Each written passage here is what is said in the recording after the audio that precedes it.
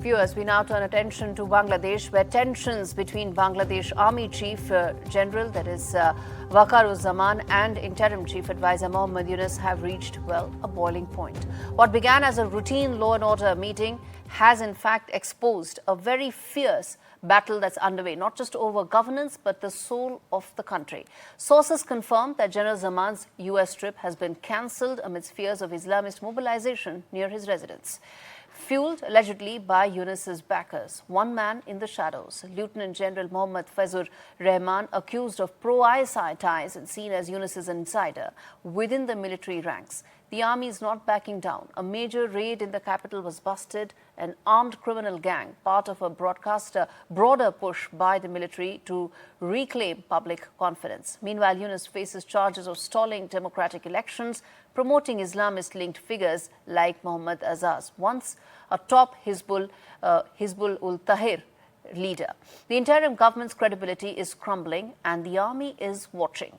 And that's exactly what we are now going to put forth as questions to the two gentlemen joining me to discuss the parallel power centers that have emerged in Bangladesh and the implications of this. Muktadir, Rashid and Swaran Singh joining me on the broadcast. Muktadir, let me start with you. I'm playing the questions right here for our viewers to see, but the question is really simple. There's a power tussle that's happening between the government, it's not elected, it's interim, and the army chief. I don't think so. The army is very clear about their mission and vision. And this is not the Indian army, nor the Pakistani army. This army is... No, Indian army is a bit... No. Sorry, don't make... No, I can't let you go ahead, Muktadir. I can't let you go ahead. Very peaceful nation. No. I will not let you make references about the most professional army and get away with it.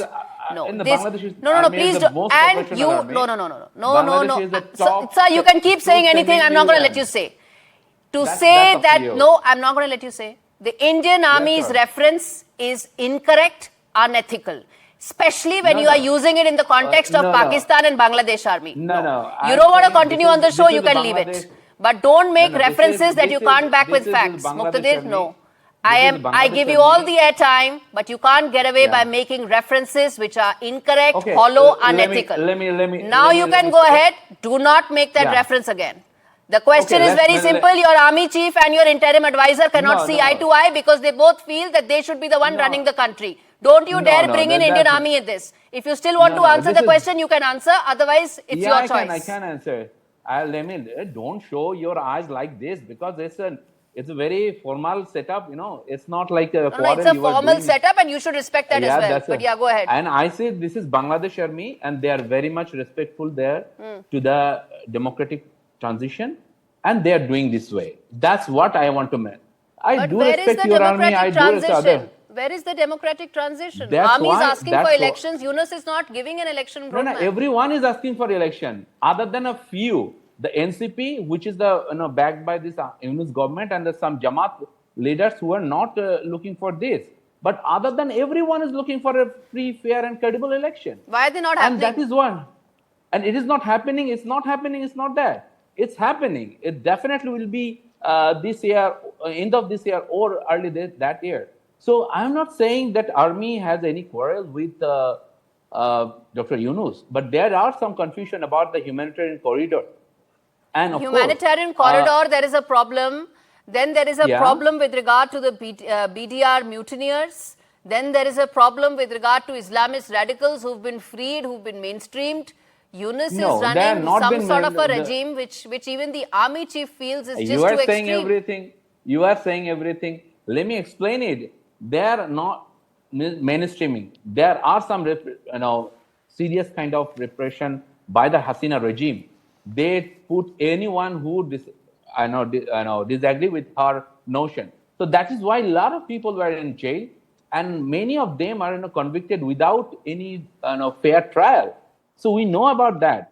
The reason is why Sheikh Hasina left. You know very well about that. But now we are talking about the election, and a free election is very crucial for Bangladesh and democratic transition. I hope India is also looking for a peaceful transition of power. And of course, India is waiting and watching, Muktadir, and that's why I was giving you all the time. But I'll tell you the 7 instances, and I want to get in Professor Singh on this as well. 7 core reasons why there is a clear conflict between the army chief and Mohammad Yunus. Election delays being one of them. 300 convicted for killing army officers in 2009 released. Islamist radicals, 400 of them mainstream released. Then, of course, there is the power corridor in the humanitarian corridor in Myanmar that Muktadir talked about. Then ban on Awami League, which of course many feel that if you ban the main opposition party, what kind of election are you really going to have? In addition to that are the rival army leadership bids. Professor Singh, I've listed all these points out. How do you see the internal tussle that is taking place in Bangladesh, and how do you see its security implications? I think first of all, we should stop denying that there are no tensions between the army chief and the chief advisor. The meeting yesterday that happened in the state guest house, Jamuna, was aimed at simply army chief asking Dr. Yunus to have some kind of a plan of action as to when he plans to hold elections. He has gone public saying that there is likelihood of greater danger emerging and then insisting that we should have elections. Army chief has to make arrangements that protesters don't come near his office, near his home. What is this? I mean, one after another. Forget about Sheikh Hasina, that's past now. Since August last year, it is the chief advisor who's been placed on the helm. And, his simple job was to make sure that he brings stability in Bangladesh as soon as possible with the support of armed forces and organizes general elections as soon as possible so that a public mandate can bring another regime to power. And things have been happening very strange in terms of decisions he's taking, erasing the entire history of Awami League, including disbanding Awami League, building relations with Pakistan in a very, very, ahistorical way.